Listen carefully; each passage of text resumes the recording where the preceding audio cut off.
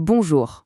Aujourd'hui, on va se plonger dans une histoire à la fois complexe et souvent douloureuse.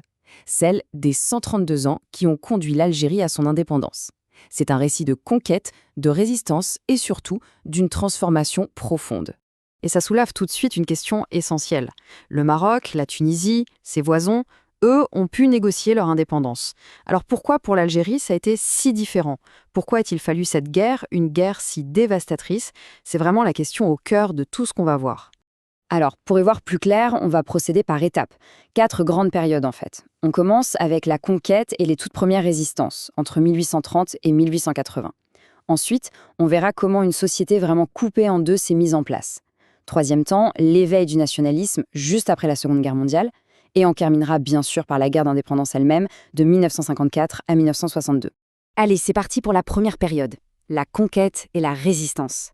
On parle ici de la naissance, et c'est une naissance d'une violence extrême, de ce qu'on appellera l'Algérie française.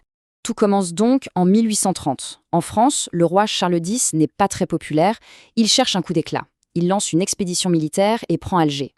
Mais attention, la prise d'Alger, c'est une chose, soumettre le pays, c'en est une autre. La preuve, dès 1832, un homme va incarner la résistance. C'est l'émir Abdelkader. Tenez-vous bien, pendant 15 ans, il va tenir tête à l'une des armées les plus puissantes du monde. Il finira par se rendre en 1847. Mais quelle lutte! Il faut être clair, cette conquête est d'une violence inouïe. Ce que les Français appelaient la pacification, c'était en réalité une guerre totale. Écoutez juste ces mots du général Bugeaud, ça fait froid dans le dos. Je brûlerai vos villages et vos moissons, je couperai vos arbres fruitiers.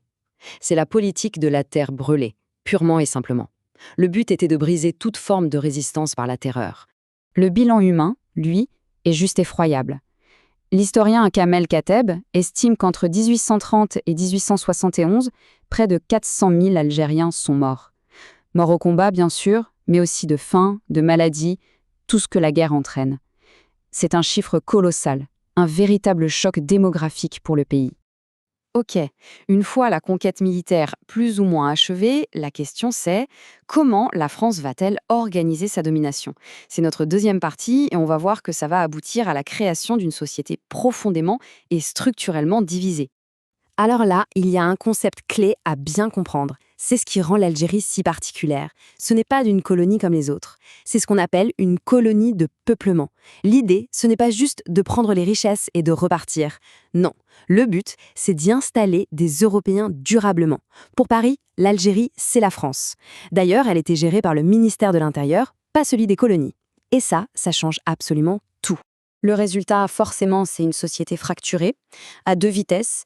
D'un côté, les colons européens, qu'on appellera plus tard les pieds noirs, ils sont à peu près 10% de la population et ils sont citoyens français, avec tous les droits que ça implique. Et de l'autre, 90% de la population, les musulmans algériens. Eux ne sont que des sujets français, pas des citoyens. Les inégalités sont partout et elles sont flagrantes pour la terre, pour les salaires, pour l'éducation. Imaginez à peine un enfant algérien sur 6 aller à l'école. Et attention, cette inégalité n'est pas juste un fait, elle est gravée dans la loi. Prenons le fameux Code de l'indigénat.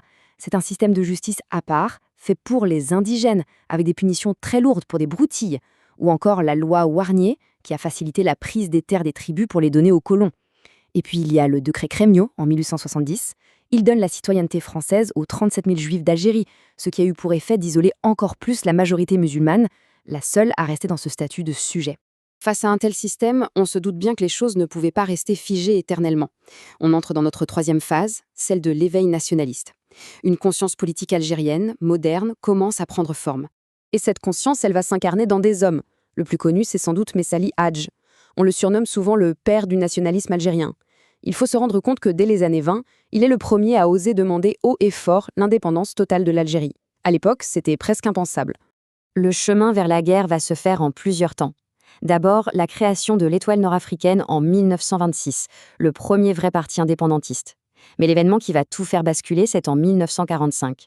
Le 8 mai 1945, le jour même de la victoire contre l'Allemagne nazie, des Algériens manifestent pour l'indépendance à Sétif et dans d'autres villes. La répression est d'une brutalité sans nom, des milliers de morts. Pour toute une génération, c'est un choc terrible. L'idée d'une solution pacifique meurt ce jour-là. Et c'est de ce traumatisme que va naître en 1954 le FLN, le Front de Libération Nationale, dont le but est clair, l'indépendance par les armes. Et du côté du gouvernement français, eh bien la porte est complètement fermée. Écoutez ce que dit François Mitterrand, ministre de l'Intérieur à ce moment-là, en 1954, c'est sans la moindre ambiguïté. La seule négociation, c'est la guerre. L'Algérie, c'est la France. Voilà.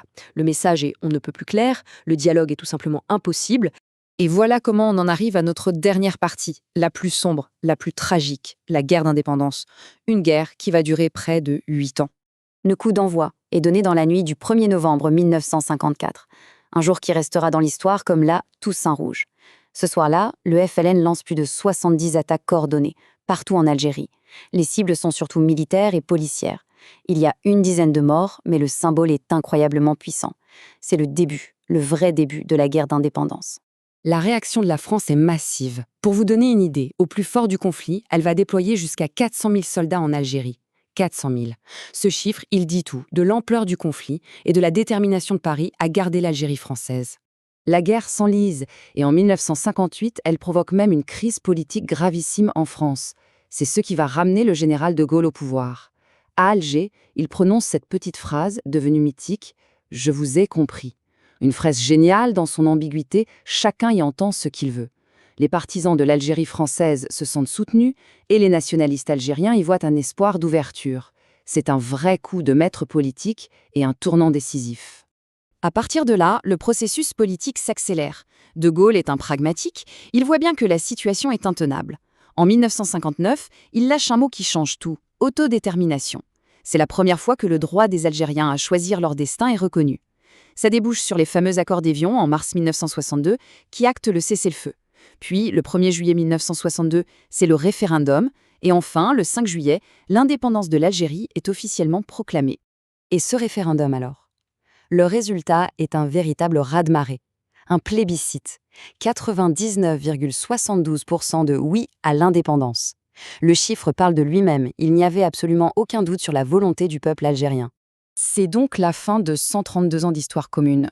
Mais attention, la fin de l'histoire ne veut pas dire que tout est réglé. Loin de là. Ce passé a laissé des mémoires à vivre des deux côtés de la Méditerranée. Des mémoires qui, aujourd'hui encore, sont souvent irréconciliables. La vraie question, au fond, c'est celle-là. Que reste-t-il aujourd'hui de ce passé commun et de ces blessures qui ne sont pas toutes refermées ? C'est une question qui continue de nous hanter.